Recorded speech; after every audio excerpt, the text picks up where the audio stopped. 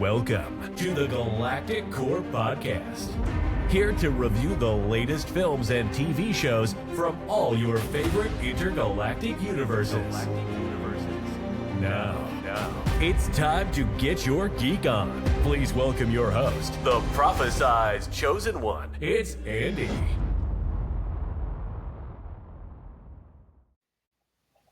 Hello everyone and welcome back to the Galactic Core Podcast. We are here this week to be talking all about the finale of The Acolyte, episode 8. I think it's fair to say this has been one of the most controversial TV series that Star Wars have ever done and probably will ever do, for various reasons, both good and bad, obviously, but we're certainly going to be getting into it. I've got some really special guests to be chatting all about this with. They are High Republic specialists. They've got one of the most unique names I've ever seen in a podcast, and I've been following them for a little while now. I'm so excited they finally agreed to come on the show. But everybody, please welcome to the show the Bitches of Dathomir.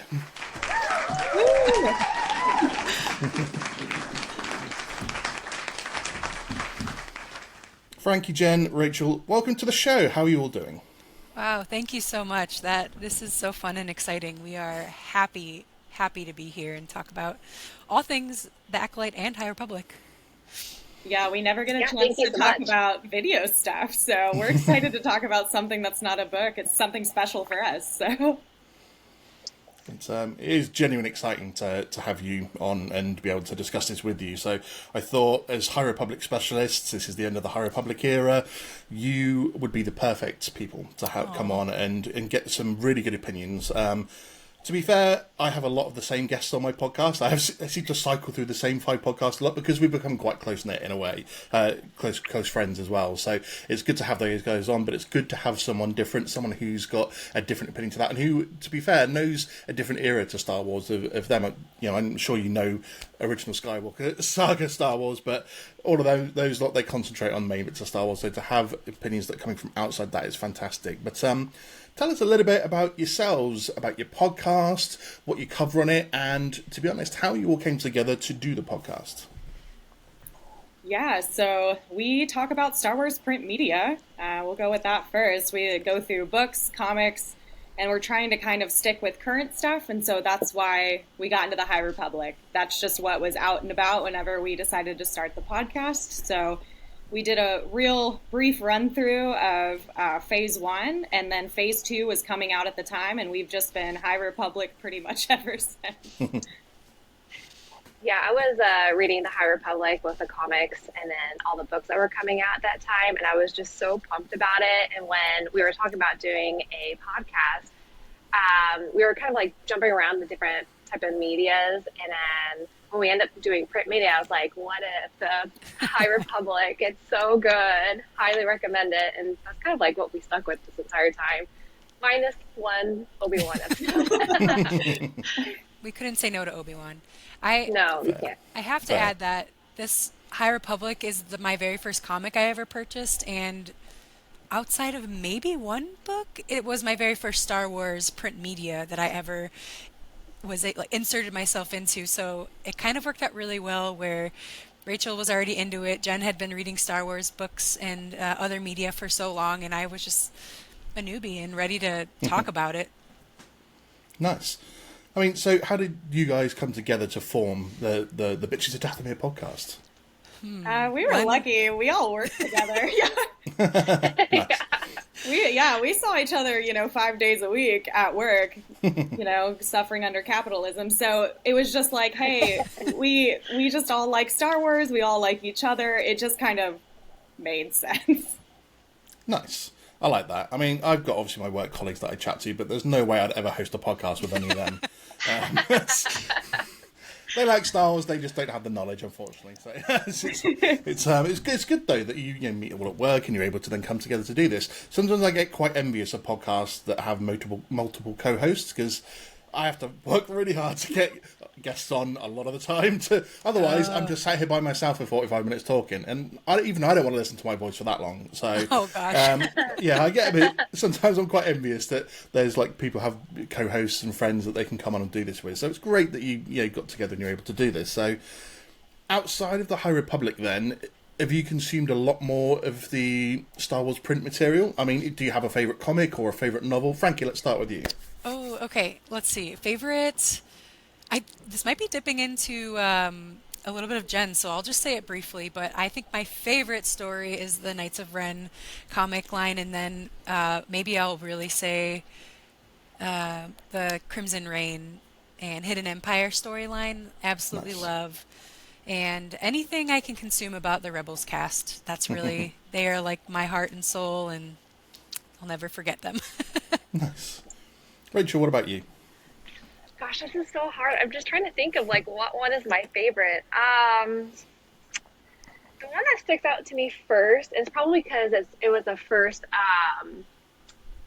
story I had really read. Because I back in the day, I was like, I'm gonna go through the entire group of Star Wars books that are part of canon in chronological order, and one of the first ones was both Dooku and then Master and Apprentice. And Master and Apprentice I really, really loved. I love both Qui-Gon and Obi-Wan, and just like the relationship and kind of learning about their history was really fascinating to me. Nice. I do like that book as well, to be fair. It is a good one. But Jen, what about your favourites then? Rise of Kylo Ren, for sure. Frankie already knew, because, I mean, I'm wearing Yeah. I'm wearing the shirt. Yeah, I absolutely love that comic series. It's incredible, and it just, like, got me further down the rabbit hole of being obsessed with that character and with the Knights of Ren, and now it's kind of come full circle with some of the Acolyte stuff. So. Brilliant. Yeah, definitely. I mean, I've always... This has now become relevant with this episode as well, but the Darth Plagueis novel, I know it's not canon anymore, whatever it really was, to be fair, but that to me was always a tremendous storytelling book, and brought forth obviously a lot of lore that they're probably going to be diving into and taking a little bit of inspiration from, at least anyway.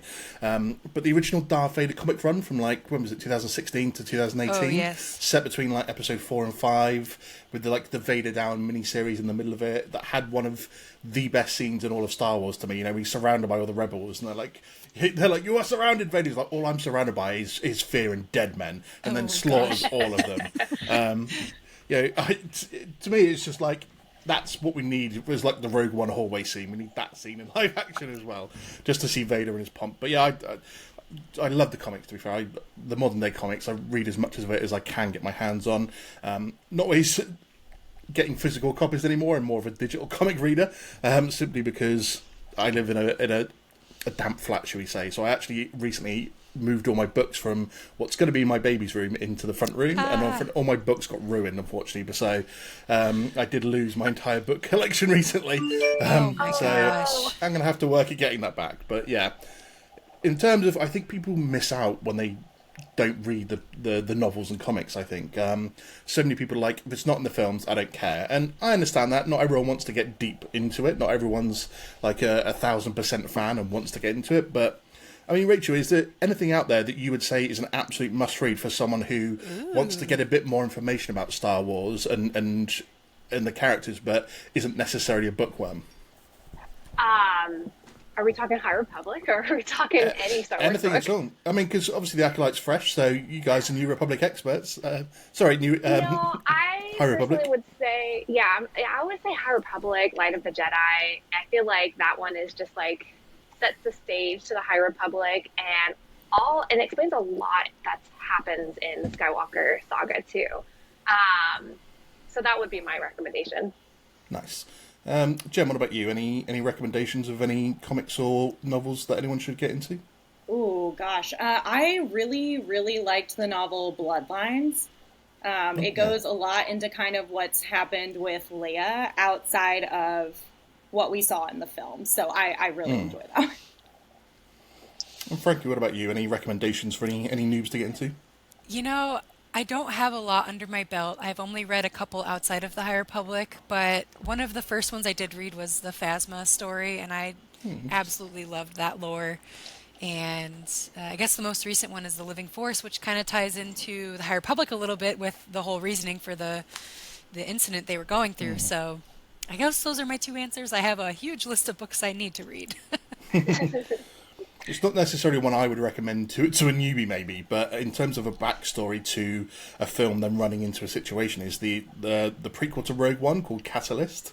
I absolutely yes. love that book, the backstory on Krennic and Galen Erso and their whole situation, and obviously the initial testing of like using kyber crystals as a weapon for the Death Star. So yeah, I kind of loved all that backstory, and it was a really good read that I didn't really want to put down. So I did get into the Dr. Aphron sort of comics as well. I love that as an extra, especially since the murder bots of BT1 and 000.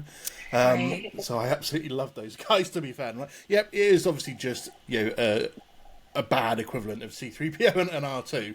And you can even say that I don't suspect that R2 wouldn't be out of place if you joined them, to be fair, or even maybe Chopper. I think they were both probably sliding quite well on that side of things. But Are you up to speed on the Afra, or you just dabble here and there? I'm a little bit behind at the moment. Okay. I behind- have zero up to speedness. But yeah, the fact that her interactions with Vader are always funny to me, because she's just like, okay, if you're going to kill me, at least make it quick. Like, I've done all these nice things for you. The least you can do is snap my neck quickly, sort of attitude that she's got. So, but yeah, I just think it's such a goldmine of information. And since obviously Disney took over Lucasfilm and they sort of reignited doing the comics with Marvel, obviously doing them, and then all the novels we got. Even though Disney aren't afraid to retcon their own novels at this stage as well. I think the Ahsoka novel probably being the most famous one, in terms of they were happy to retcon information, that even though that was one of the first novels they did after they took over Lucasfilm. But at the same point, yeah, it's such a wealth of knowledge out there, and it almost makes me sad sometimes when people are like, I don't want to read any of that stuff, because if it's not in the film, why should it be explained somewhere else? But you can't explain everything in a film. You need to have a richness of backstory for the lore as well, so... And we're so lucky to have it. Yeah, absolutely. But anyone that hasn't read it, I would recommend getting out there and doing it. So let's talk High Republic then. This is what you guys specialise in. So, Jen, give me your sort of top couple of stories from the High Republic that you would say are the most impactful for the era.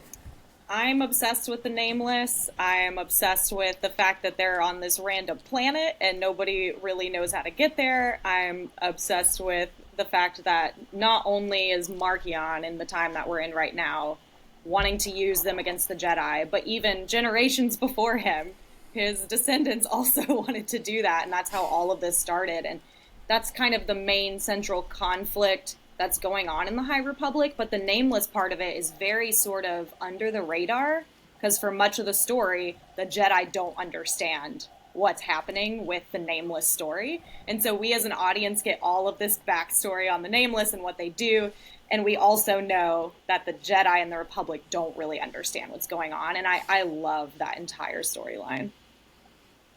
Nice. Frankie, what about you in terms of High Republic? Ooh, I just jotted something down, and I'm shocked that Jen did not mention Axel and Gilla. But I'll let that be her. She can take that point if she wants. But I wrote down, I love the ability to learn the connection each Jedi has to the Force. I think this is new-ish. It's a new realm to really dive into, and they made a point to give every single Jedi their own personal connection. And that's not to say the Skywalker era Jedi don't have these expertise. We just never fully got to hear about it and feel how they feel the Force. So I really, really love that. Nice. And Rachel, let's what have you got to suggest to everyone? Yeah, you both had such great points. I'm trying to think of like a new one to add. I agree with Frankie about how the Jedi have different connection to the Force, and I also really like that there's different like roles and like micro career paths each Jedi can have. You can be a way seeker, you can be like a researcher and hang out in the archives the entire time, or you can go and like search like history stuff, and that's kind of what goes into the Acolyte, right? It's like they're going to go search out virgins, and like I think that's such a novel concept to the Skywalker saga. Like you don't see those in that era. They pretty much do the same thing. Well, it's not really entirely their fault. They're, especially with the Clone Wars, they're fighting a battle, so they're all there fighting a battle. So what I love about the High Republic is that you go from this time of like everybody has these cool different hobbies, and then they go and move towards a more like disciplined, everybody does the same thing, thinks the same way. I love the villains. The villains are so interesting to me. You have Markion and the Evereni, and I love to kind of see the Evereni storyline, you know, going from like phase 2 where we learn about Marta and Yharnam and their interactions with the Jedi and how that impacts Markion and like what that means for the future. And I definitely don't think we have the full answer yet, but I'm very excited to see where that goes. Yeah, I think that answers the question. I mean, a lot of people want to say they know the difference between maybe High Republic Jedi and, let's say, the prequel era or Skywalker Saga Jedi, but do you guys see a big difference? Because obviously the show has maybe tried to highlight that maybe some of the corruption and the hubris of the Jedi is already in place from what we see 100 years later, but in terms of what you've read in the books and the comics, what would you say is that big difference between that era of Jedi, you know, 200-300 years before to what we get in the Skywalker Saga? Ooh, I don't know if this will be popular, but I feel like the attitude of the Jedi is much less about sort of the arrogance and ego that we end up seeing that kind of leads to the downfall in the prequel era. And a lot of the things that happen in the High Republic, I think, contribute to why they get to that point. But, I mean, we have people, you know, like Avar and Stellan and all these amazing Jedi, and their only focus is to serve the Force. That's what they want to do, and whatever they're going to, you know, have to do to accomplish that is sort of what their focus is. And in the prequels, the focus becomes much more like about, oh, this is what we're going to do because that makes us feel good, which is, of course, serving the Republic in the Clone Wars. And it's very much a more egotistical, inward-facing view of the Jedi, and it causes their downfall. And in the High Republic, their view is very outward-facing and selfless. And to me, the attitude part of it was very different. And to tack on that, I would like to say that, like, they had a seat on the convocation on Jeddah. So, like, the fact that, like, not only were they the ones ruling Jeddah, like they definitely were taking a step back and letting the other Force religions kind of like have a say, and like we're more aware of like they are different types of views of the Force, and that's okay. Especially like with Gela, who went to Jeddah and learned from other Force groups and applied that to her own abilities, like, you know, what was it called? The skywalking or where she could air walking? Yeah. That she learned from someone else. I just like, that's just so awesome to me. Do you think Qui-Gon Jinn would have fitted in better if he was in the High Republic era, given his attitude towards the Council and stuff like that, and modern day Jedi compared to what the High Republic's like? 100%. 100%. Yeah. And the other Jedi, I think, would be Kanan.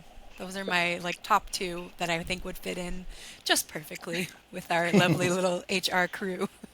Yeah, I have to agree. To be fair, I've been doing a review of like timeline order of Star Wars. So I recently got to the end of the prequels, and throughout every film and the Clone Wars, when I reviewed it, I just talk about how much the Council pissed me off in the prequels. So like, yeah, it's in the end, like, I have to admit, I'm more of a Sith than I'm a Jedi, to be fair. I've always said that if the choice was put in front of me, I would probably cave and turn to the dark side within seconds. I do have a few Sith tattoos as well. So I would definitely move more towards the dark side. But yeah, the Sith, this is obviously where we're supposed to believe that the Sith are now starting to make their moves in the Acolyte to obviously coming out. I guess there isn't really any mention of the Sith, is there, in the High Republic eras, or up to this stage yet? Kind of, just that they were once, and they have not been. And one of the major incidents that you go through in Phase 1 of the High Republic is the Drengir, which are the large plant monsters that were hidden away with Sith technology. But other than that, is there any other, like, bigger mention of the Sith? We see the Sith artifacts under the temple on Jeddah, which was really fun. Yeah. It's all just very historical knowledge. That was something that happened in the past, and we don't have to deal with that anymore. That Yoda probably knows everything about and chooses not to tell anyone. Yeah, one of my hopes for the Acolyte was that there was no Sith involved. It was just someone stumbled upon the Sith artifacts on Jeddah, and they were like, hey, look at this cool thing, or just like running havoc around. any of you gamers at all? So, has anyone played Jedi Survivor? I haven't yet. I do have it. Unfortunately, I've been so busy with podcasting and other life choices. So not yet, but I did play Fallen Order. Okay, because I was going to obviously talk about the fact there is obviously a High Republic character. Is this, was it a Dagan Gera? Is he ever mentioned at all in any previous High Republic stuff that you guys have read so far? Because I didn't actually look into it and go, okay, is he a brand new character that he's developed just for the game, but he happens to be from the High Republic era, or was he actually previously mentioned and they brought him forward? What was the name again? I think it was Dagan Gera was his name. Oh, yeah, no. Yeah, I don't remember It sounds that. kind of similar to Orin. But I can't even remember what species he was, to be fair, but he had very grey skin. Yeah, he was put in stasis essentially for like... What kind of grey? Two, Did you say a slate grey? You're talking about like blue gray? let me just have a quick Google actually. This is one of our. I think we are all in agreement as the three of us, but the Eveready he was are a brand new slate species grey. that was developed for the game itself. Oh, so- okay, fun. That's really cool. Although despite this, Gera species was later to be confirmed to be an Arcanian offshoot. Oh, love that. Okay. So there we go. We're all learning something now. But okay, let's get into the Acolyte then. So 8 episodes long. We've had stuff that we've never seen in Star Wars before in terms of we had a quarter of this series dedicated to flashbacks, which although we've had sort of talked through flashback scenes, we never had proper let's all go for it in terms of an entire episode or anything like that dedicated to flashbacks. I know in Kenobi series they sort of did flashbacks going back and forth in the episode. The same in maybe you can count the Last Jedi film when Luke's describing what happened on the fateful night with Ben Solo, but no proper dedication to it as we've had in this series. A show that was marketed to be a story from the Sith's point of view that maybe didn't quite that turn out to be how the story went, and maybe then more marketed towards release as a murder mystery involving the Jedi and powerful beings behind the scenes.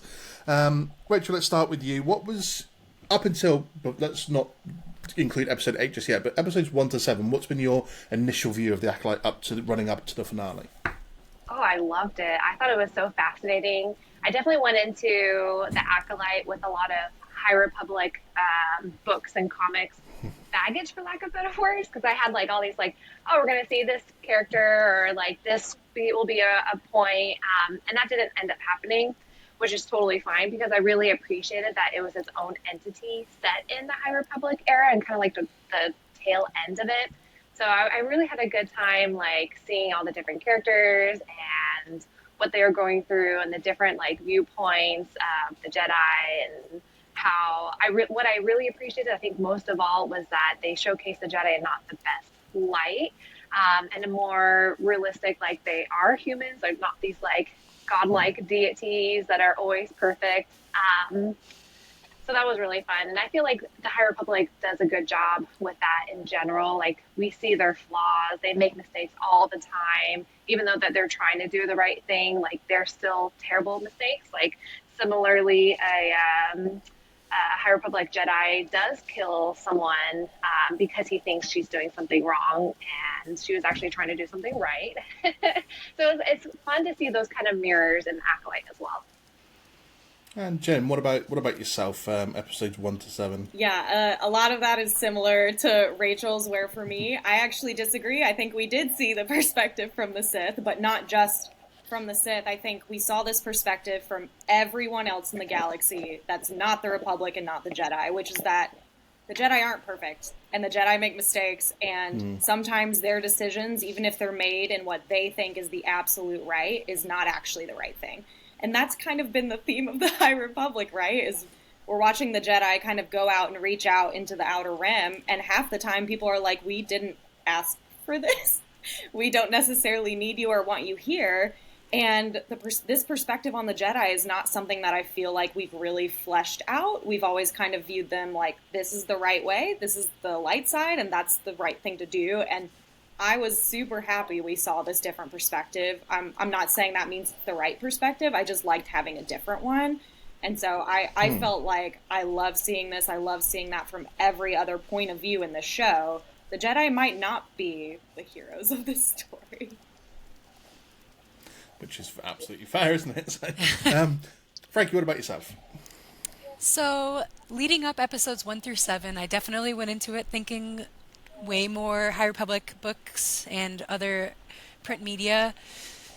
But I think the biggest thing I was not expecting was the witch lore. And I am a sucker for mysticism and all of the other non-Jedi Force stories. So for me, even just tapping into that was so amazing. It, of course, some of my only remaining questions are I need more answers. Like, who is around still? Is anyone around? Where did they come from? How did they find the planet?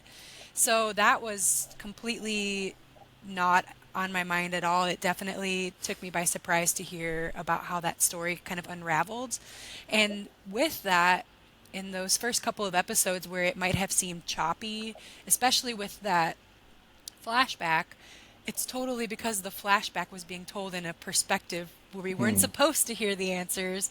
So I feel like that second flashback was such a redemption for the... And the internet got kind of mean about like the bad storytelling and, I quote, the choppiness of the episode, but that was on purpose. And I really loved that, you know, we sat back and let the story play out and hear just how much information we didn't have for that scene on Brendok. Yeah, fair. I think, I mean, I've touched on it so this is like the third podcast I've done this week about the Acolyte. Oh my gosh. I always get invited onto everyone else's when it comes to Star Wars stuff. But yeah, so in terms of the... I'm just going to get that out of the way in terms of I can't stand the toxic side of the fandom. To be fair, Star Wars is one of the worst ones out there, unfortunately. This whole review bombing episodes an hour or two before they've even come out I absolutely despise that. If you're one of those people, go away. I don't even want you listening to my podcast. I just can't abide by that sort of attitude of whatever they do. People calling it woke, and I'm like, I don't even know what woke is you think is about the show, because there was nothing in it that was anything even like that sort of thing for me. But in terms then of people attacking those sorts of episodes, like the first flashback one, I'm like, you haven't been told the whole story. Yes, like you said, it's been done like that deliberately to not reveal everything that's happened, and we're going to get it out. And yep, okay, at times it did feel like it dragged a little bit in terms of maybe they could have got there a bit quicker, especially when you've only got 8 episodes that are 30 minutes each as well. I was comparing it to maybe The Boys, where it's 8 episodes but they're an hour long each, and when you're throwing the amount of money that you have done at this type of show, I think there was always room there to expand these episodes a bit longer and just tell a little bit more story, not to satiate those kind of trolls and stuff like that, but just to have more time to tell it. When they turn around and go, no, absolutely. Who wouldn't? I mean, when they say that they cut stuff out for budgetary reasons, I'm like, you're spending like 20 million episodes. Surely you can squeeze an extra 5 minutes in just to show that to us, please. No. So that's just more because I want more action and I want more story than anything else. But yeah, I mean, personally for me, it has been a little bit up and down. I have to agree with some people where they say the dialogue at times wasn't amazing. There has been some bits where it's been a little bit hit and miss with that. But with any Star Wars thing since like 2016, the cinematography, the visuals have been absolutely stunning. I don't think there's a single project I've seen for the last maybe 10 years of Star Wars that hasn't looked amazing. And you would always kind of expect that now. When you compare it to maybe Marvel, the other side of Disney, who have had nothing but CGI issues for the last 5-6 years anyway, compared to Star Wars that always absolutely nail it.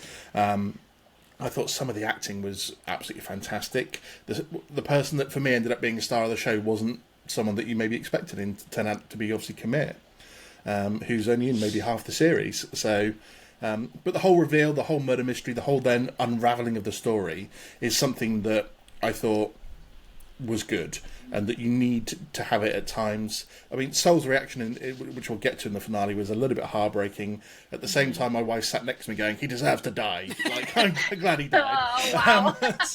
Love it. But we'll get into episode 8 then. So we've got to this finale. There's, as always, everyone's begging it to be like a 2-hour-long episode. We want answers to everything. Who's going to appear? We'd already been told that there were going to be 2 Sith Lords appearing in this episode. And so we're like, cool, what's going to happen there? But we'll start off at the start of the episode where Sol is taking May back to Brendok. He's like, I'm going to signal the Jedi. And he wants to obviously sit down and tell her everything that happened. Back on Brendok all those years ago, and we sort of obviously seen from the flashback. We know what's happened now.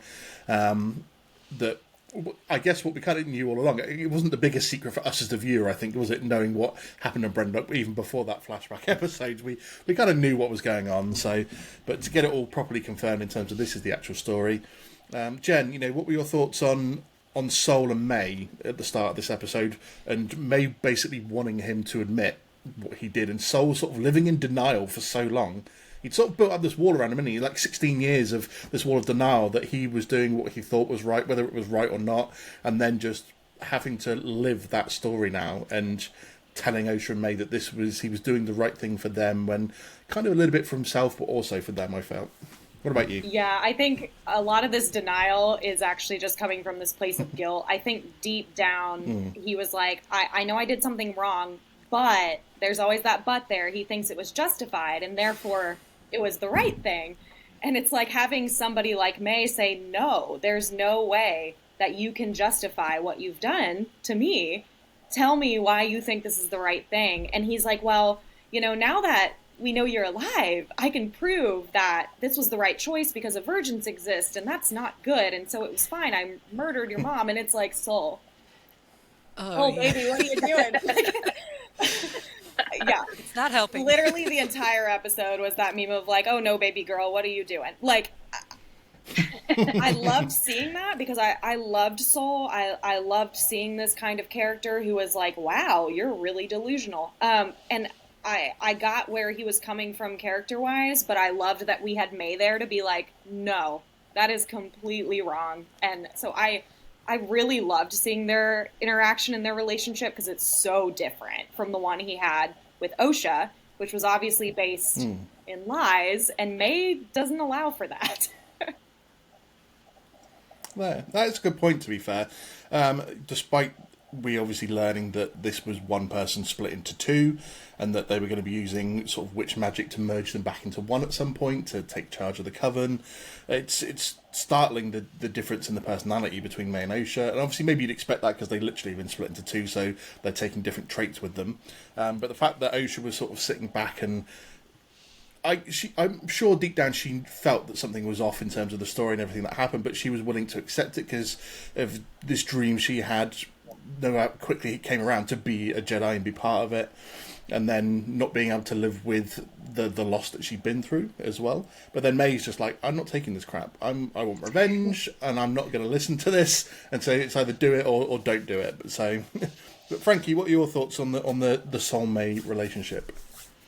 The Sol and May relationship it's difficult, and I'm happy that May continues to stand her ground, even though it seems like she's open in a sense of like not hearing him out, but differently than Osha, where it seems Osha and May have switched in these last couple of episodes. May is here, and although she's big mad, but I don't know, there's something about her that at least is becoming more open to the discussion. And I just still think Sol, his only priority is to prove the virgins, and May and Osha are kind of just tagged along to that because of how badly they messed up on Brendok. I mean, you can't kill that many people and get away with it, I think. Innocently kill? I don't know. I mean, I guess that's still part of the mystery, is it not, Rachel, in terms of when we see the flashback episode and we have Anaisa killed by Sol, and then Master Indara uses, I'm guessing, obviously the Force and some mind trick ability going through Kalnaka to basically kill off the witches in one go. Is that something that you'd be happy to live with in terms of guilt, or would you just like, I did what I need to do and get out of there? Yeah, I don't know. That's so complicated. Sol is acting on emotions and not on he needed to take a step back and really take it all in. But it's so hard, and for May to witness the whole thing, Soul can't lie anymore. So this is a big moment. This is a huge turning point for the story. What about you, Rachel? What are your thoughts on the whole situation? I think that May and Osha needed to have that time together in order for the final event to happen, because May needed to constantly tell Soul, like, hey, this is wrong. Hey, this is not acceptable. You messed up.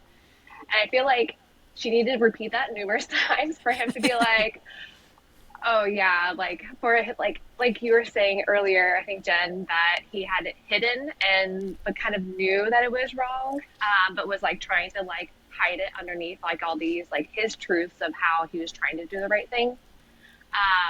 So I think we needed them to come together for that to kind of bubble up and for him to finally eventually admit the truth to himself and to Osha.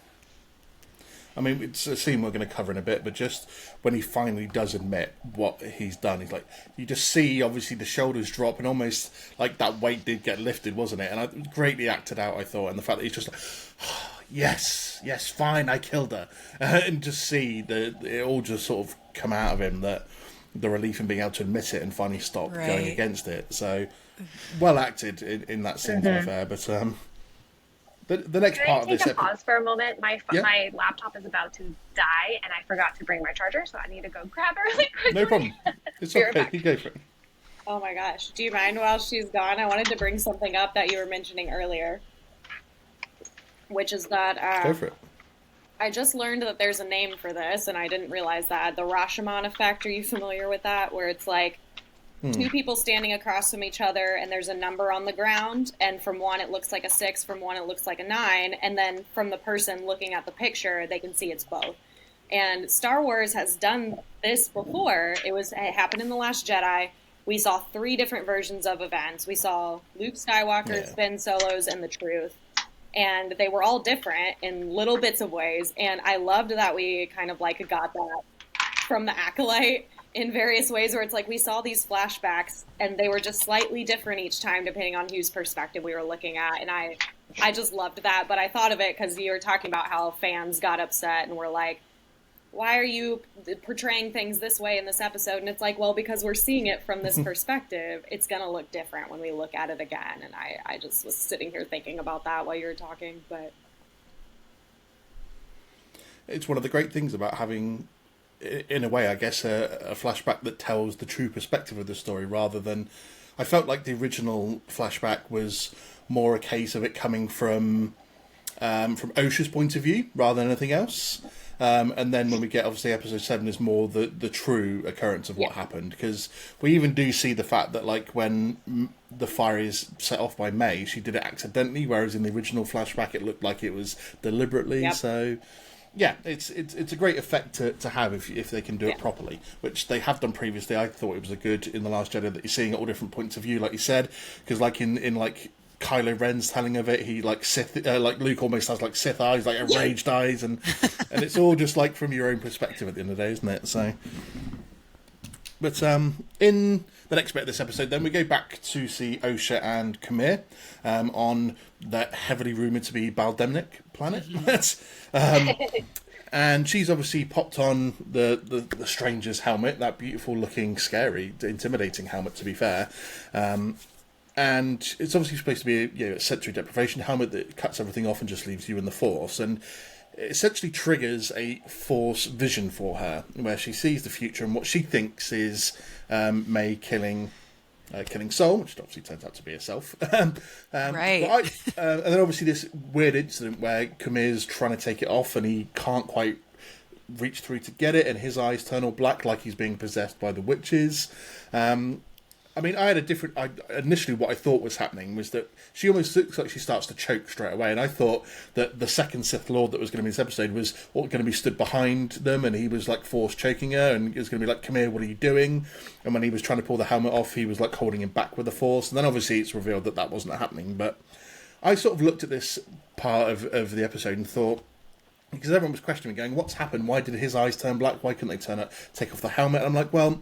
she's force sensitive, and she was, born of a witch's coven, so to speak. So she's been taught, obviously, witches stuff as well growing up. So she maybe still has that inside of her, and being that connected to the Force and being triggered a Force vision that obviously agitated her greatly, it triggered those powers inside of her as well, which she kind of almost takes over Khmer in a way, and that's why he's struggling to reach through and take the helmet off. But Jen, what were your thoughts on what to me was quite a cool little bit of the episode? No, I loved that. I had sat there and tried to figure out why are Khmer's eyes turning black. I understood why he couldn't get the helmet off. To me, it was that she's essentially choking because she's so trapped in this vision of where she, in the future, whether she knows it or not, is going to end up choking Soul. And so she's like having this physical manifestation of this vision herself. And I just loved that. I thought that was super, super cool. In terms of Khmer, I think, she's obviously projecting out that, like, nothing can touch her in this moment. She's so, like, trapped in this vision. The reason his eyes turn black, I haven't figured out. I've kind of sat on it for a while, and I'm going to continue to digest that for a bit. But I haven't come to my own conclusion about that one. I thought it was an interesting choice, and I'd be curious to see if we figure out more about that in the future in terms of, like, what it means when someone is in that state. And then Rachel, in sort of the next part, when they're having that sort of chat outside, and she's like, you got the ship, I know where it's going down, so let's go together. And obviously Khmer's trying to get her to join him by his side, and she's like, well, no, I'm not going to do that. And Khmer's like, wow, your sister went for that line immediately, and she's like, well, I'm not my sister, and then storms off to the ship. But given that we see later on in the episode, she flips pretty quickly to join him. What were your thoughts on the fact that she's, at this point, she's standing her ground well and being like, I'm still not going to join you, but we need to go together because you've got the means, I know where it's going down, and this is how it's going to play out, and I need to stop my sister. But then she kind of flips later in the episode. Any thoughts on this? To me, it was mostly like she just needs to do what she needs to do, and his need for her to join him is trivial at this point. She's like, I don't want to talk about this. I don't care about you. I just care about getting my sister back. And so to me, it didn't seem like a sudden flip at the end. I feel like it was inevitable for her to join him. She was just like, this is not the time or place, go away. So that when she eventually does fully become dark side, I feel like she's been dark side this whole time. And that she's just been hiding it from herself. So that when she finally reveals who she truly is, that it's just okay, well, now I'm ready to go with you and do whatnot. And that's a good point, because she does, I think it's later on that again, she does mention that she had to leave the Jedi because of all the anger and that she couldn't let go of the emotion of it. So she's been pent up and using it for a long time, and obviously she has an outlet for it later in this episode, which we obviously will get to. But Frankie, your thoughts on the whole Osha Khmer situation? Because I really loved episode 6, the sort of philosophical chats that they were having through that episode. I thought it was the perfect follow-on from the excitement and the action of episode 5 to then going back to a more withdrawn, well, actually, let's sit down and talk about this. And is it me, or even as a straight man, is Khmer just a little bit seductive in the way that he talks to you, in the way that he goes about it? Absolutely. Even my wife sat there like, damn, he is hot. Can confirm. Will confirm on every social media outlet that I have. No, I after just taking in this scene, the more I see the two of them together, the more it's clear how comfortable Osha is with the stranger Khmer, even though they're not saying it out loud that they want to be besties. Khmer totally is seducing her on every possible way to do that, but I'm not in shock how comfortable they are, but it is so much more comfortable than even I feel like May and Khmer were, even when Khmer was goofy weed distributor Khmer. Apothecary Khmer. So I just think it's that part of it is really, it's easy to watch them be together. So then that adds to in the end when she's like, yeah, okay, like Rachel was saying, yeah, okay, it's time. Okay, I'll join you. Let's go. And then they hold hands. Yeah. And then obviously at the end of this sort of scene, we get the big, well, one of, I guess, two technically big cameos in this episode. When Mr. Darth Plagueis does appear, or for the first time in live action, we see him peering very creepily around the wall of the cave. I literally just screamed out like "Plagueis" when he appeared on screen, and my wife's just like, "What?" Because she knows who Plagueis is, but has never seen him, doesn't know what he looks like. So I was like, I quickly paused the episode, whipped up Google, and was like, "Plagueis, like this guy." So yeah, obviously this is what we were waiting for. I feel a little bit sold down the river in the fact that when they're like, "Oh, there's going to be 2 Sith Lords in this episode," and it ends up being a 5-second cameo. I'm like, come on, like don't tease me like that.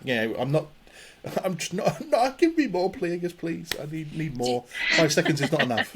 Do you think that Camille or the stranger is aware that Plagueis is there? Yeah, because I can't catch the vibe. It's an interesting one. I can't catch the vibe either. I had 2 theories on this, maybe. The first one being that if anyone's read the Darth Plagueis novel, okay, it's not canon, but at the same point, Darth Tenebrous had multiple apprentices, and there was a theory that after Camille left the Jedi, that Tenebrous took him on as an apprentice, and then because he wanted to do things his own way, he couldn't stick with Tenebrous, so he was maybe discarded as well. And then so Plagueis is there to basically keep an eye on him and hunt him down if he steps out of line. And technically then Camille is what ends up being the starts of the Knights of Ren, because there's been a lot of speculation about that and his helmet and everything, and that maybe Osha ends up being the first proper acolyte to join the Knights of Ren. There's one big theory there, and the other being that is Camille the apprentice of Plagueis, the first one that he has, sort of rewriting old Legends lore in a way. Obviously, Plagueis was the first, Plagueis' first apprentice being Palpatine. So it's 2 ways. It's either Plagueis is watching what Camille is doing from the sidelines, and he is an apprentice. He's just keeping an eye on him. But is he keeping an eye on him because he's like, okay, you've got yourself an acolyte, that's fine? Or is he keeping an eye on him because he's like, how dare you have an acolyte? You're trying to take me out. Yeah. Or is it that he's kind of? I do too. Yeah. I think because I'm quite attached to the Plagueis book, that I would prefer sort of the first one where he was maybe an apprentice to Tenebrous, and Tenebrous kicked him out because he wasn't quite there, and then he is the start of the Knights of Ren, and then Plagueis is there to sort of keep an eye on him, and if he steps out of line, he's just going to take him out of the equation altogether. And then that's how Tenebrous and Plagueis take over the planet and Baldemnik and get the Cortosis and stuff like that. So, but that's maybe just hoping too much that the Plagueis novel is almost brought into canon in a way, or they tell the exact same story, which is rare for them to pull anything from EU and tell the exact same story, isn't it? So, Jen, Rachel, any thoughts on Plagueis? I think we just lost a Jen. I think we did, yeah. Rachel, any thoughts on Plagueis? Oh my goodness. I love the Sith rule of 2. Not in the sense that it's the best idea ever, but more in that I love the power dynamic between all the different groups. I love the idea that Plagueis and maybe Camille were master apprentice, or I have a hard time because sometimes there's not an apprentice but an apprentice in training. Where he's not really the role of apprentice, but trials to be that, and maybe Plagueis is trying to determine whether or not he's worthy, or Chimera is well, forget this, and I want to bring in Osha and do my own thing and oust Plagueis. That whole power struggle is really cool. So I don't know. There's just so many options, and they really didn't give us much other than just that one visual, as you were saying. And so we all have to bring our own hopes and dreams into the story. And also, how old is Camille? Yes, I need to know that also. Is that just for dating purposes, or just because you want the story? That's a good question. Both. Yeah. I don't think it would matter to me the age at this point. I think. But yeah, obviously, I mean, certainly hope we do get season 2, and then I really hope that they dive more into that side of it, and that be the main concentration story is Khmer, Osha, Plagueis, that whole scenario. That to me would be a perfect season 2 following on from this. So I really hope that you can't introduce Plagueis and then just like leave it. Especially if there is a season 2, you're gonna have to include him. Totally. Right? You can't just have it as a 5-second cameo and then be like, nope, sorry, that's it. That's all the Plagueis you're getting until we write a book or a novel to cover it properly. I'm like, no, don't do that. Something. I'm not super familiar with that book, because I try not to like get my brains confused with legends and canon. But what's the likelihood that the author who wrote that book could rewrite it into canon? I mean, it wouldn't be the first time. They obviously did it with, I can't remember his name, but the gent who wrote the Thrawn novels originally. Timothy Zahn with Thrawn, That's it, yeah. Obviously they brought him back to do the new trilogy of Thrawn books, so wouldn't be unheard of, or even just use him to consult on, say, season 2, in terms of writing the character, since he wrote all that backstory originally, so... Yeah, it's absolutely not out of the equation if they did want to do that. So, or if they use a big part of season 2 and they sort of tell his story from there, no reason you can't bring the author back to tell his early life story, because he did look as if he was a little bit worse for wear and he had the Sith eyes and stuff going on. So he's probably not like too young, as we saw Plagueis here from what I could tell. So. But again, we have to wait and see. We don't write it, unfortunately. We're not there. We're not in the writers' room as much as we want to be. How do we get there? That's the how do we get there? Well, I've got friends in high places. I know Disney listening to this and Lucasfilm, so you've heard it here. Get us all in. It'll all be good. I love to write. Even just as a proofreader. But your girl loves the theory, so I can help. Yeah, absolutely. Then we get, to be fair, one of my sort of maybe more favourite parts of this episode, which is sort of the showdown between Senator Rayancourt and Venestra back in the Jedi Temple. And to be fair, I love... Obviously, this is showing the discontent that the Senate has started to have for the Jedi, but I love the bit where he basically says that, they are a cult masquerading as a religion, and the fact that they, will go up against anyone who doesn't like how the Force or any power is used not to their liking.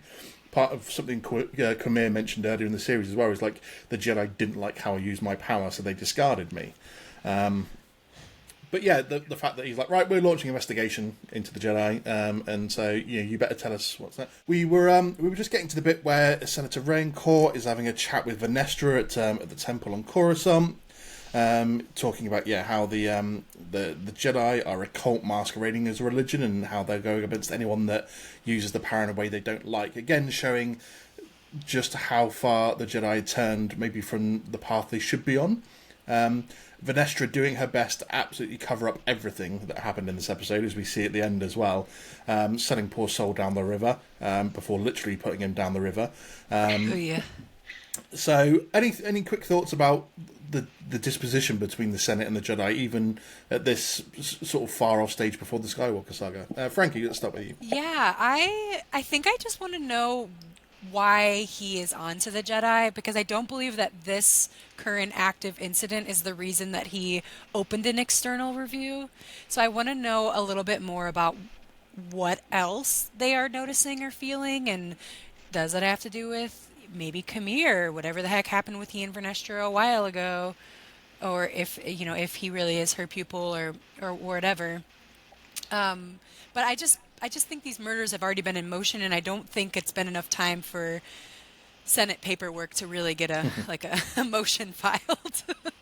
So I'm kind of just like, okay, we hear you, Rayancourt, but what's going on? What don't we know yet? What about you, Rachel? Yeah, it's so strange, because where we are in phase 3 of the High Republic, the Chancellor and the Senate are like, we will do everything we can to help you, the Jedi, the Council, and the Council is like, we'll do everything we can to help you. So they're in this wonderful relationship right now. So it's funny to see where they are in Acolyte High Republic era, and like, I definitely need more information as to why that shift, because when Vernestra meets the senators later on, they're definitely all seem very like they don't really care about the Jedi as much, which is such a weird vibe. So I need more information about that. But I like it. He does. Rayancourt does bring up some really good points. I like that he says that the Jedi try to control the uncontrollable, and she thinks it's like the Force, and he's actually meaning emotions. And like he definitely says the whole Anakin Skywalker plot in one sentence, which is a little like, it's a weird to me to think of like a Jedi going rogue and like for him to say, oh, well, who's going to stop it? Well, of course the Jedi are going to stop it, right? I feel like that would be a more appropriate thing to say in the High Republic era, but I don't know. I definitely need more information. I did love that little line, to be fair, when he's talking about, like, if one person gets out of control, who's going to be there to stop him? And it's just like, I've seen loads of those memes over the last few days of just like, you swipe right, it's just pictures of Anakin. You're like, yeah, we all knew that one. Didn't need to explain, but yeah, on the nose a little bit. And then we get to, essentially, the big part of this episode, the showdown between everyone at the Witch's Coven Castle on Brendok. So, Osha and Camille have arrived. Sol's already there with May. Venestra obviously heads out a bit later with as many Jedi as they can without making it look suspicious.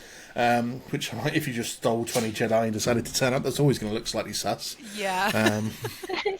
But there's hundreds of Jedi at this time, right? So it's not that big of a deal. I suppose. Yeah. It's absolutely. Like, how many? Does that beg the question? How many Jedi can you siphon off to go with you before it does become suspicious? Is there a number? This is just her normal entourage of 20. Yeah. So is it 30, 40, 50? How many Jedi do you reckon you can really take before it becomes a bit sort of sus that something's going on here? But we get another showdown between Sol and Camille. Some people saying hints of like Luke and Vader battle with going through the hallways and stuff like that, and just slicing up the walls, which even you can include obviously Anakin and Obi-Wan in that. But yeah, another great battle between these two, and Camille always being able to push the buttons in terms of setting Sol's emotions off here. So, what, ladies, tell me your thoughts on this big showdown here. It was amazing. It was so. It's true. Just even the graceful force backwards jumping and landing, and Camille doing it with him in sync, and it was just. It was worth it. Every battle scene in this series has been worth it, but this one was good. To me, it was very apparent it's a High Republic fight. We read about this and we see it in comic form so much, so it was so great to see it on screen. So I was super excited by that. The use of not only cool lightsaber techniques, but the force push and kicks at the same time. The freaking tossing of the lightsabers, like the blade, was amazing. Yes, and also terrifying because you play Fallen Order. You are very familiar with that technique. Yeah. I loved it. You could definitely tell that both were so skilled at lightsaber combat, and it was just like unleashed. Like, go. And even when Camille tossed the lightsabers and Sol was able to just force shut down it all. Like, what? Yeah. Yes. I don't know how to say that gracefully, but it was impressive. Yeah, this series has definitely hit the mark with its lightsaber battles, and generally, I think its fights in general, even from straight at the beginning of episode 1, where we get May versus Indara, and even the shock of them having the will to kill off a Jedi in the first 10 minutes of a series that we thought a Jedi was going to play a major part, and was only a major part in flashbacks. So to have the gall to do that, then to the fights of episode 5, and which I think will go down in Star Wars history as some of the best, especially since we were all clamouring to see a big fight between the Sith and the Jedi, and see so many Jedi get slaughtered, and characters that no one obviously anticipated either, going so early, maybe. Yeah. And then all the way to... Welcome to the High Republic. I'm not quite sure I expected Jackie and Yord to get killed off in that episode, to be fair, especially since, Yord got his neck snapped and was thrown around like a ragdoll straight afterwards, so... it was shocking, but believable. And then, obviously they have the bit out there, and then you get Osha and May sort of intercepting into it, and May, obviously, this is where she has to go at Sol, and she's like, I'm not going to strike you down, I want you to to report back to the council and admit what you did and face the consequences for your actions of everything that happened. There's no one else alive from that group to take the blame anymore. It's all on you now. So you've got to do that. And obviously, when he, as we mentioned, he sort of has this big relief moment where he finally gives in and admits, yes, I killed her. And that's when Osha finds out the truth as well. And for the first time in Star Wars history, on screen anyway, we see a Jedi killed using Force choke. That's never happened before. So again, maybe a big moment for Star Wars and the fact that we got to see that. And Osha obviously bleeding the lightsaber crystal red at the same point because it had obviously broken through the saber and was touching her hand. So she didn't bleed the crystal in the traditional way that we've seen in the comics and stuff so far. But the fact that it was touching her, so all of her hate and anger and all those pent up 16 years worth of emotions just poured into that crystal. And we finally got to see it happen on screen. Tell me, ladies, all the admission, the force choking and the lightsaber crystal bleeding. Rachel, let's start with you since we just lost Jen again by the looks of it. Oh, shoot. I was actually going to say leading up to it, I really loved May and Osha's fight sequence because they fought mirrored each other the entire time, just reiterating the fact that they are one individual in two different bodies. I would like to say too that we have seen these in the High Republic. There are also Force Bond twins, Sarah and Tarek. So it was really cool to see these two very, very similar to how Sarah and Tarek are. But anyways, the fight sequence was so cool, and we got to see Osha's perspective and how angry she actually was towards her sister. And this is the one she's supposed to be loving, like she would love herself. And so when she finds out that Soul is the one who did all the killing, then basically turns all that anger and hatred directly towards Soul, and the hurt and betrayal. It was perfect. I think her acting was beyond amazing, very believable. I loved seeing the Kyber crystal bleed. I've been wanting to see this on screen for so long. So I remember the Tales of the Jedi when Dooku kills Yaddle. I was like, this is it, we're gonna see it, and right. no luck. So I was very excited. And then I also did appreciate the explanation of the touching. Although I will say it's very odd that May was able to just fling the lightsaber and it cracked it open so you could see the Kyber crystal. I was like, okay, well, maybe it got hit at some point, and that's why I was able to easily break open. Other than that, fantastic. Frankie, what about you? Well, wow. When Soul was dying and his last words were I don't know if I wrote them down exactly, but he was just it's okay, Osha, it's almost admitting it's my time. I understand why this is happening.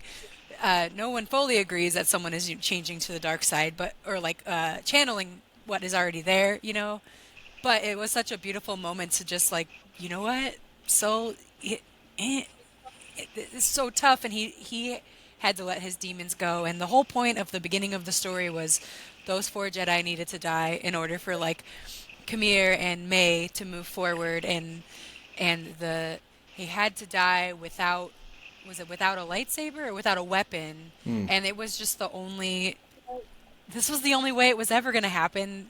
Osha saw it in her vision at the beginning of this episode, and I don't know, I felt like I was being choked watching her hand slowly close, and when it happened, I'm in awe and shock, and it was great. I don't know how they told that story so well. Jen, your thoughts on the Osha lightsaber bleeding, the killing of Soul? Yeah, I am obsessed with lightsaber bleeding. I lost my mind when I saw this on screen. I was so excited that we were finally getting to see it in live action, because I love the whole connection between the Kyber crystal and the Force user. I find that whole thing really cool and something we could explore even more than we have before.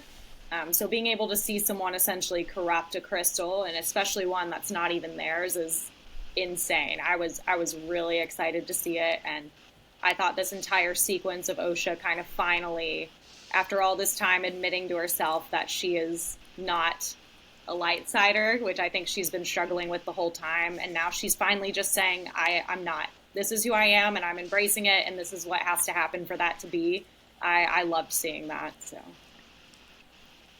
And I do think it was pretty symbolic that it was her master's lightsaber that she changed as well. So there was some attachment there, even though it wasn't technically her lightsaber. It was one she has known.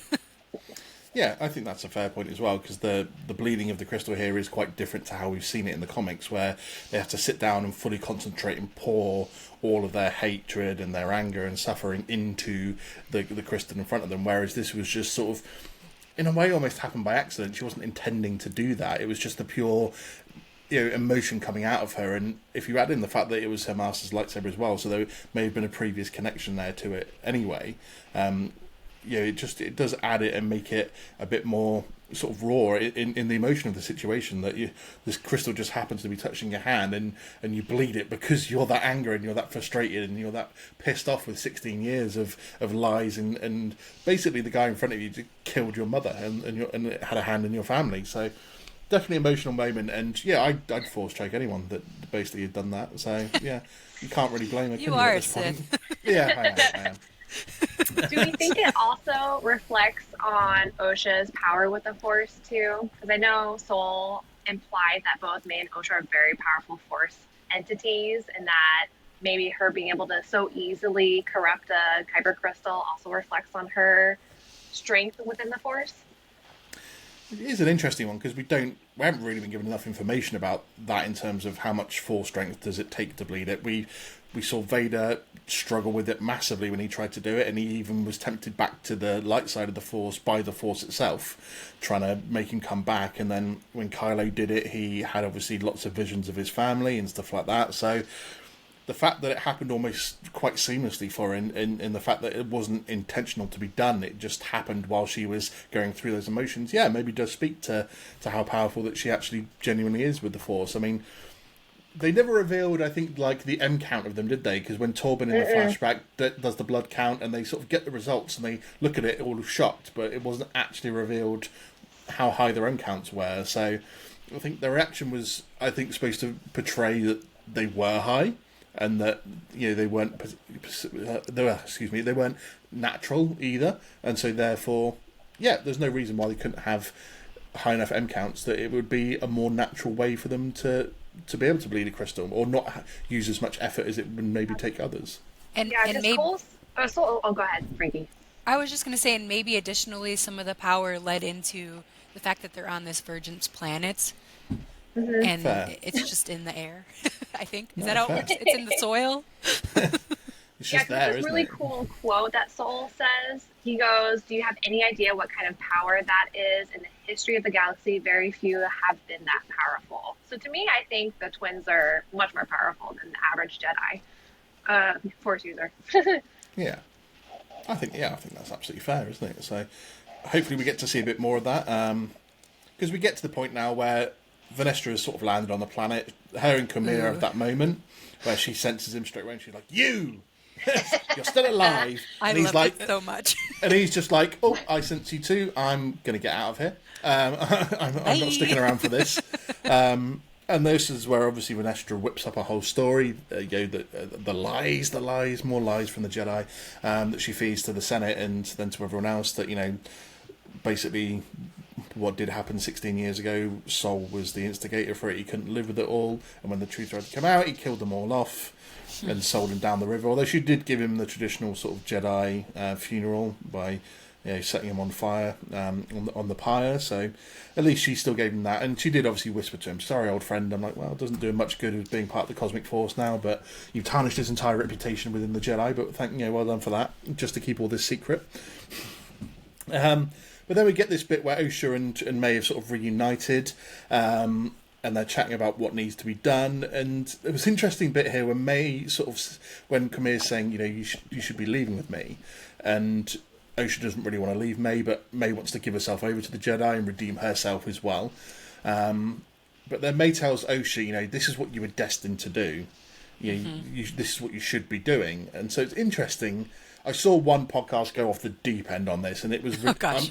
I'm not going to name them because I don't want name and shame, but their take was so ridiculous in the fact that they felt that the showrunners were basically promoting that it's good to be angry and good to be evil by having May tell Osha that she was destined to do this, and this is what she should be doing. And I think that's a little bit of a far right take on the situation. I don't think they were planning on promoting to kids the fact that it's good to be on the dark side. No, right, as opposed to Anakin Skywalker, who definitely never gave those vibes. Well, yeah. But he was the chosen one, though. There was balance there. Eventually, anyway, before he married a bunch of kids. But yeah, and obviously Kamir's she agrees to go with Kamir, and I don't know about you guys, but when he sort of hands her the lightsaber, I thought she was, and he agrees to obviously wipe her memory. I thought that when they turned around and hugged, that Oshi was just gonna stick the lightsaber through her side or something and kill her off. A little bit. I had that thought. I didn't know why you handed her the lightsaber otherwise. Why would you do that? Why would you, at that moment, why would you hand the lightsaber to her unless you're insinuating kill her off now? Because he's just well. But then he obviously does wipe her memory. She goes off with the Jedi and is sort of questioned by Vernestra, and obviously we end up with Osha and Kamir back on the unknown planet, sort of holding hands, overlooking the sea, sort of job done at the end of it. They've taken down what needed to be done. But Jen, let's start with you. Your thoughts on this sort of the ending for May and Osha and Kamir here. I guessed that Osha was going to go with Kamir. That part was unsurprising to me in every possible way. I had no idea what was going to happen with May. That part to me was super surprising. I really enjoyed it, though, where it was this thing of Kamir wanted to come here and kill May for kind of betraying him, and the way that she was going to get out of it is her sister said, hey, I'll make this sacrifice for you. I'm going to go train with Kamir, and you have your life spared, and this is the deal that we're making. And I really enjoyed that. I enjoyed that even though Osha is kind of choosing this, dark side path, she did it for the right reasons versus Sol doing the wrong things for what he thinks are the right reasons. It was a very, completely flipped reversal on decision making from what Sol did to what Osha's deciding to do, and I really liked that parallel. And I am excited to see Vernestra and May's relationship. I think that's going to be an interesting one. So I enjoyed their time together, and I'm curious, given that Sol just did this with Osha and kind of brought her up on lies. Is this what's going to kind of repeat itself with Vernestra and May? I'm not sure. We'll see. Do you think then, Jen, that does May really need to play a part in season 2? Because she's had a memory wipe. She doesn't remember anything of Osha, of Kamir, of anything like that at all.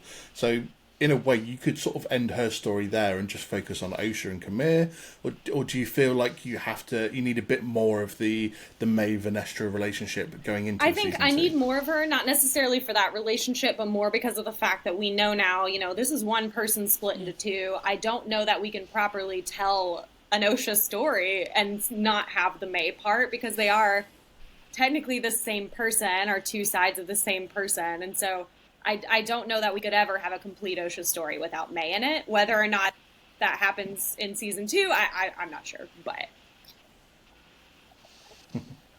I almost feel like if there's going to be any form of I'm not saying I want this, but any form of a redemption for Osha, we'll need May for that. But I don't want, I'm on the Knights of Ren train, into it. What does she have to be redeemed from? She's perfect. What are you talking about? Yeah, you're right. 100%. There's nothing wrong with the dark side, It's cooler fine. over there. We need it. We need it for good. We need it for the plot. Rachel, your thoughts on the ending to this? Oh gosh, there's so many thoughts. I think first I'll say I'm not entirely sure May has lost her thoughts altogether, or how permanent they are, because Kamir does say, I'm going to attempt to erase her thoughts, and she does in the moment lose her memories of her sister and what happened to her in the past 16 years, but I'm not convinced that's going to stay that way. It was very heartbreaking to hear them repeat the the rhyme that they had kept saying to each other. I also thought it was very interesting that neither knew who created that rhyme, that they both were just like born, for lack of better words, saying that to each other. But yeah, that loss of a sister through those words was really, really heartbreaking. I am convinced that May and Vernestra will come back if there is a second season, because Vernestra is like, I need your help to find my fallen Padawan, whatever it was. She uses another word, I can't remember. Did she say pupil, maybe? Pupil, yeah. Yeah. So I do think that they're going to be in the next season if there is one. And I'm very excited about Vernestra and May duo. I think they're going to get along really well, and it'll be interesting. I don't know. I understand everyone's perspective that, like, it sucks that, and is not great that Vernestra keeps hiding the truth from everyone. But, like, I understand where it's coming from. And I'm not convinced that Vernestra is, like, the big bad or what have you. And Sol did agree to help her in covering and making and protecting the Jedi Council from the Senate. So I think this is what Sol would have wanted from her, to continue the story and to make it on Sol so that they can maintain and protect the Jedi Council. So I don't know. I feel like it's all good. and then the last point, Osha and Kamir. I loved how they were seen almost as equals. And I'm pretty convinced that Osha is going to outpower Kamir pretty quickly. And I can't wait to see that. Nice. That's a good point. Yeah. Frankie, your final thoughts on the ending to this? Oh, I do think a lot of my thoughts have been shared already. But let's see. May agreeing to have her memory wiped is exactly this. That was going to happen, or something along those lines was going to happen all along. The second May learned that Osha was alive, her whole vengeance was gone. So when she was being truthful when she said to Osha, like, no, now it's time for you to make a decision for you. And so Osha chose to move forward with Kamir. Osha. But I agree with Rachel or whoever said it, that I don't think her memory is gone. I think that it's going to be retrievable. And doesn't Yoda help get Aslan Rel's memory back? Like, isn't that the whole point of, like, the Aslan and the Nameless situation? So, yeah. I don't know. I think that there's going to be some hard times ahead for May, but I think her memory is going to return, because we still don't even know what May did for 16 years. Like, what was she up to? I don't know how long she and Kamir were working together, but I don't feel like it was that long. So I think she's here. It's important that she's in the story. Maybe not all 8 episodes or whatever, but... Is this the first time we've seen the Force used to wipe memory like this, especially for such a long period of time that was being wiped? Because essentially he's going back like almost 2 decades to wipe Osha out of her memory, to wipe him out of her memory. I don't recall personally really having seen the Force used in this way to do a proper memory wipe like this. I didn't even know that was a possible thing through the Force, to be fair. I haven't even thought about that. Yeah. I kind of just was like, yeah, this is the thing the Force does. I remember watching it and being like, oh, we can do that? And then it just, like, moved on. I was like, okay, I guess we can. It does make sense to me, though, because it's like the Jedi can use it very briefly, right? A quick little, like, and that's maybe the nice version of this. But Kamir is not nice, and he's on the dark side. And he's like, you know what? It's fine if I just completely erase 10 years of life or whatever, so... I mean, they can use Jedi mind trick, which to me was never nice of a power to be associated with the Jedi. Like when and it says it can be used on weak people, and we even saw in Clone Wars that it took 3 powerful people to try and do it to Cad Bane, who's got a strong mind. But even then, I don't really see that as a very nice Jedi power. They just think it's not productive. If you're portraying the Jedi as good guys, using Force mind trick is a bit of a cheeky one, I think.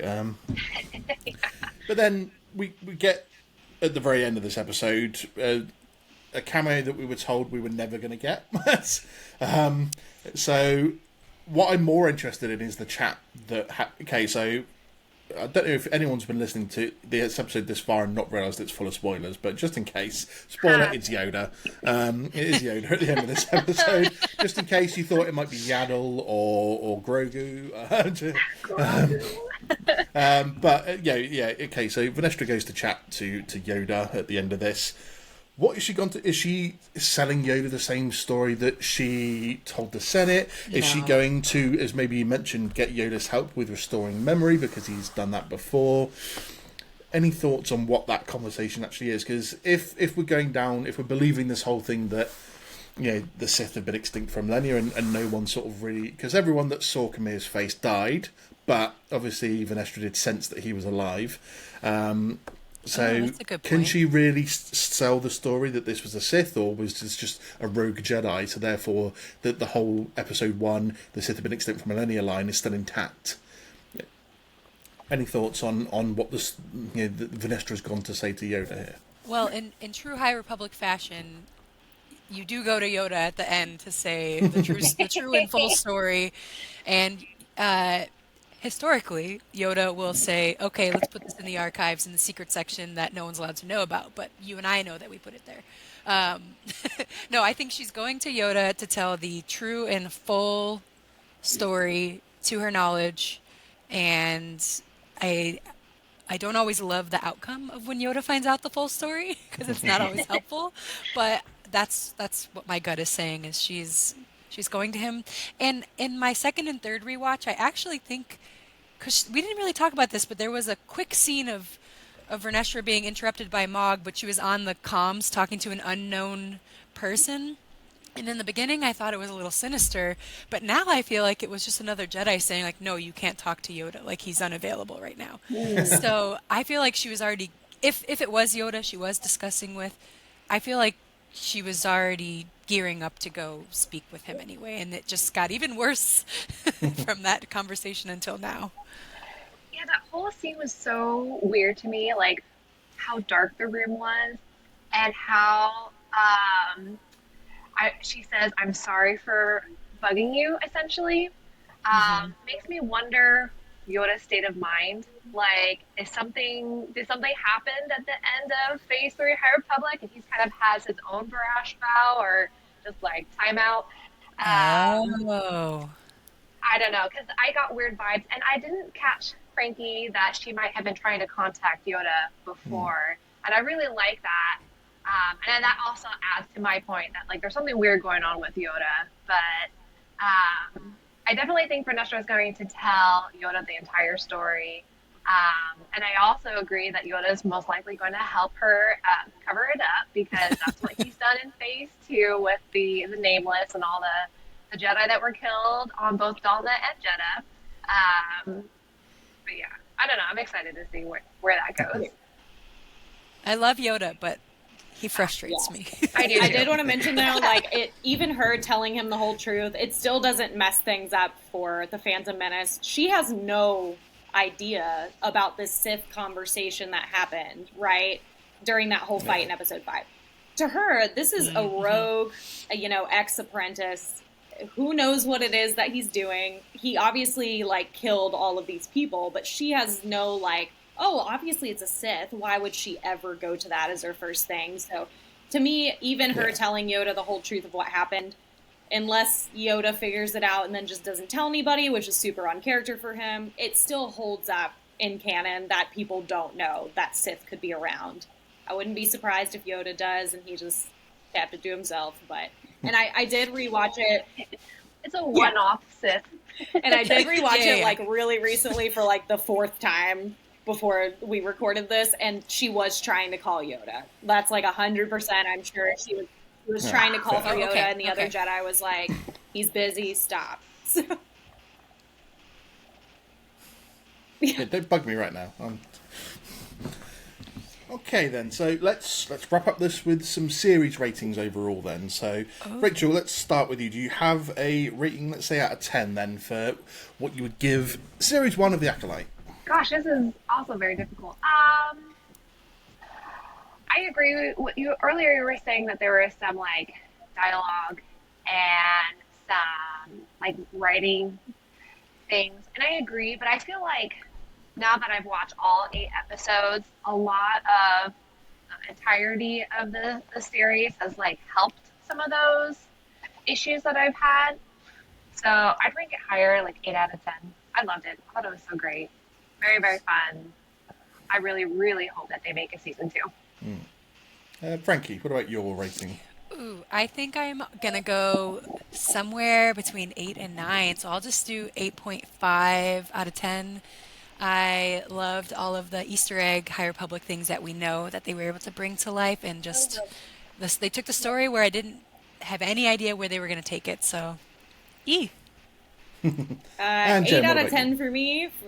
I get the dialogue, like arguments from people. For me, if you go back and watch the originals, Star Wars has always had like Yeah, fair. questionably corny dialogue. That is just to me the staple of Star Wars, and I'm like, I would be concerned if it was too good. You know what I mean? So, dialogue issues don't bother me. I get why they might bother other people. For me, that's pretty standard Star Wars, and that's just always how it's been and how it's going to be in part of the Star Wars culture.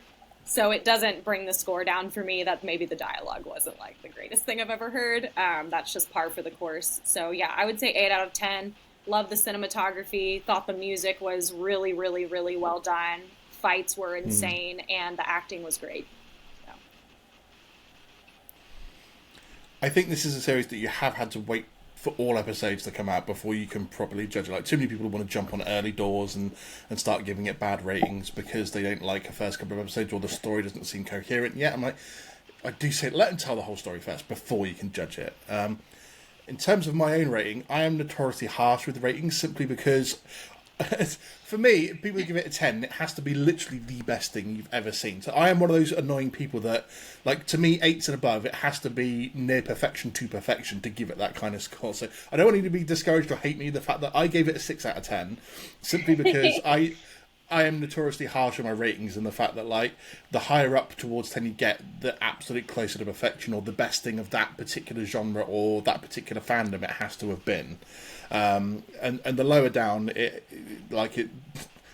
generally give everything between 5 and 7s generally, unless it's been absolutely exceptional. Like, just What to gets go an outside the 8 book. or a 9 or 10 in your mind? In Star Like, Wars, Yeah. I mean, for years I always had Empire Strikes Back as my number one favourite thing in all of Star Wars, and then as years went back, it took one of my friends to say to me, because the way that I talked about it, the way I loved it, everyone was just like, can you just admit Revenge of the Sith is your favourite Star Wars thing now? Because, like, the way you go on about it, the way you talk about it, somehow, I don't know when it happened, but that overtook the top of the Star Wars list for me. I'm not even sure I gave that a 10 out of 10. I think the closest I've come to giving anything a 10 out of 10 in Star Wars was probably Mandalorian Season 2. Okay. That was probably the closest thing for me to give it. Although, I think I gave Andor a 9 out of 10. Yeah. Okay. It was a slow burner, but it really picked up halfway through. So yeah, I'm notoriously harsh with my ratings, to be fair, because I'm just like, unless it's perfection, it's not getting anywhere near Well, the 8 that's to 9 okay, sort of right? region. I mean, It's not saying that you guys weren't justified in giving 8s or 9s either. Please don't No, think that I yeah. wasn't picking on you. No. It was just No, to no. understand my rating system is quite harsh. I'm quite hard to impress, I think, when it comes to that, because I've spent my life watching Star I'm Wars notoriously stuff. So. opposite, so I feel you. Like, it's very hard for me to say I didn't like something. I'll probably find something I like about everything and just be like, yeah, it was great, but everybody operates on different perspectives, and everyone has something they're gonna get from a Star Wars show or movie that maybe I wouldn't get or you wouldn't get. To me, it's always okay if people have different opinions on whether they like something or not. It just comes down to, that's your opinion, and you let other people enjoy it, and it's great. So if there's people out there who want to rate it a 1, that is A-okay. As long as you let me enjoy my 8, we're all good to go. Yeah. Well said. Yeah, absolutely.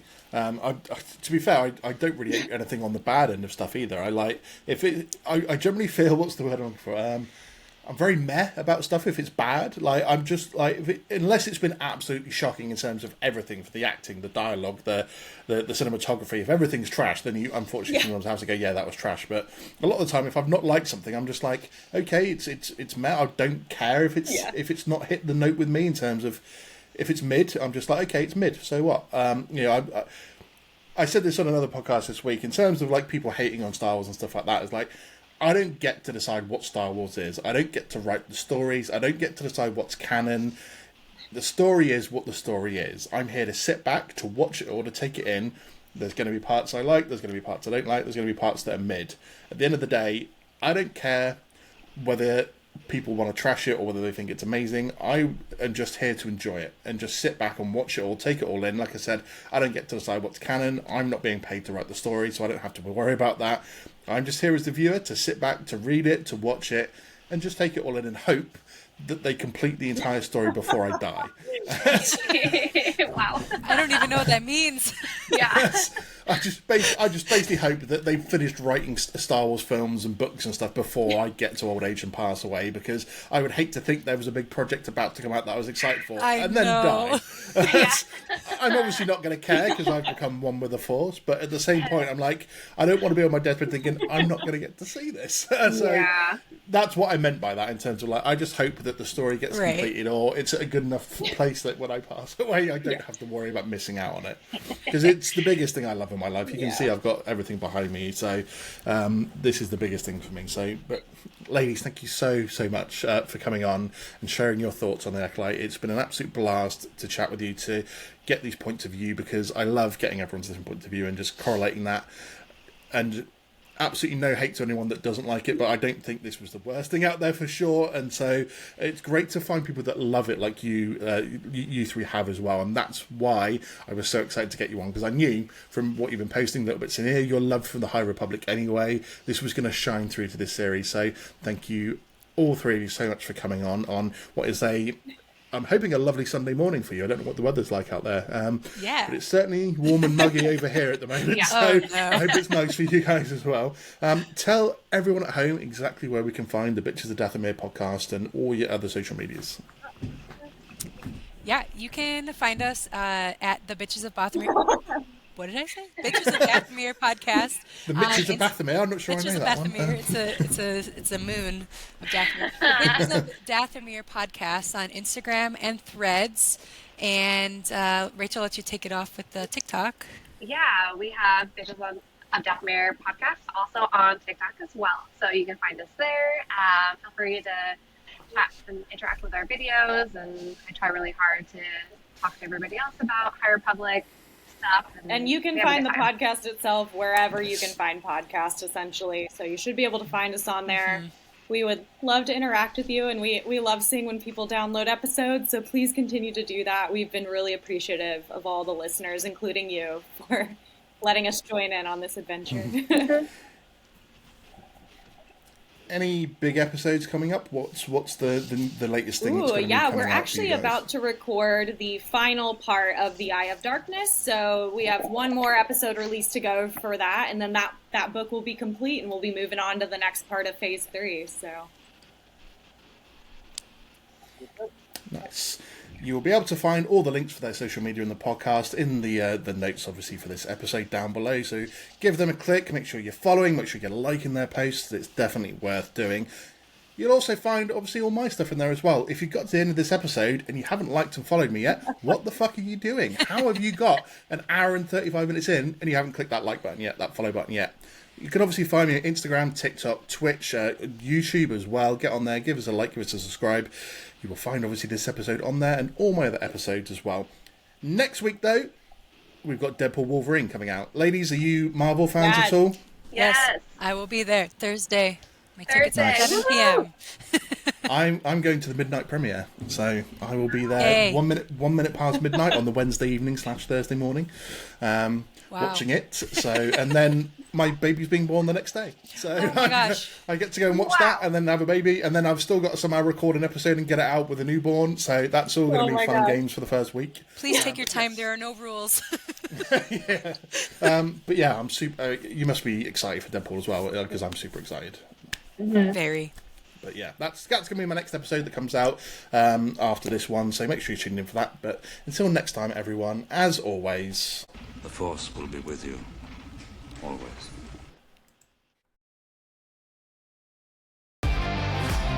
Thanks for tuning in to the Galactic Core Podcast. Don't forget to subscribe so you never miss an episode. But until next time, Go get your geek on.